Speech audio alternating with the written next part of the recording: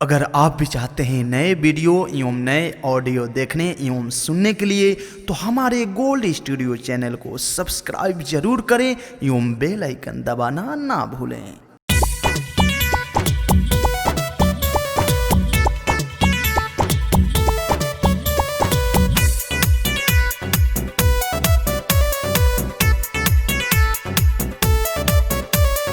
Music by Roshan Kumar.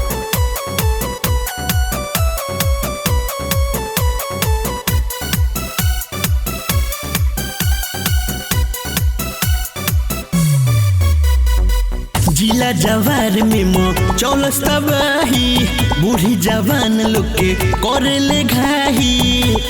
अरे बहुत खतरनाक भी आई। जिला जवार में मो चौलस तबाही बूढ़ी जवान लोग के करे ले घाही। सब लोग कहे नहीं निमन हिया हो दूरे दूरे रहो सयरवा कोरोना के बहिन हिया। कोरोना के बहिन हिया आ रहो सना एकरा से दूर। कोरोना के बहिन हिया कोरोना के बहिन हिया। Patel recording studio Uchaipur.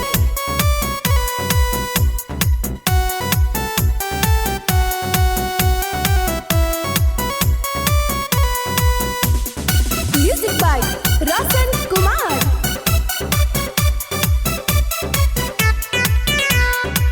कदी जे एक बेर तहरा के टच हो कोनो उपाय करब पैबो न बच हो।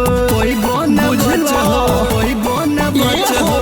कदी जे एक बेर तहरा के टच हो कोनो उपाय करब पैबो न बच। ई त सचो में वायरस के सगिन हिया हो रहसन एकरा से दूर।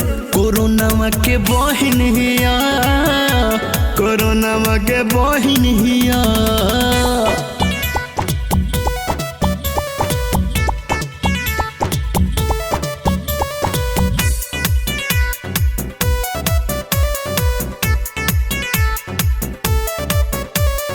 Music by Roshan Kumar.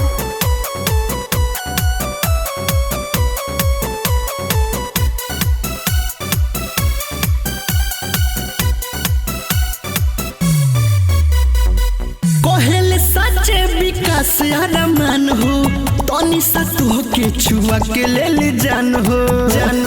Sanitiser लगा के रहियो। कहले सच्चे विकास अरमान हो तनी सा के छुआ के ले ले जान। जली जाई हो बह कई हो ठगिन हिया हो दूरे दूरे रहो सयरवा। कोरोना के बहिन हिया कोरोना के बहिन हिया।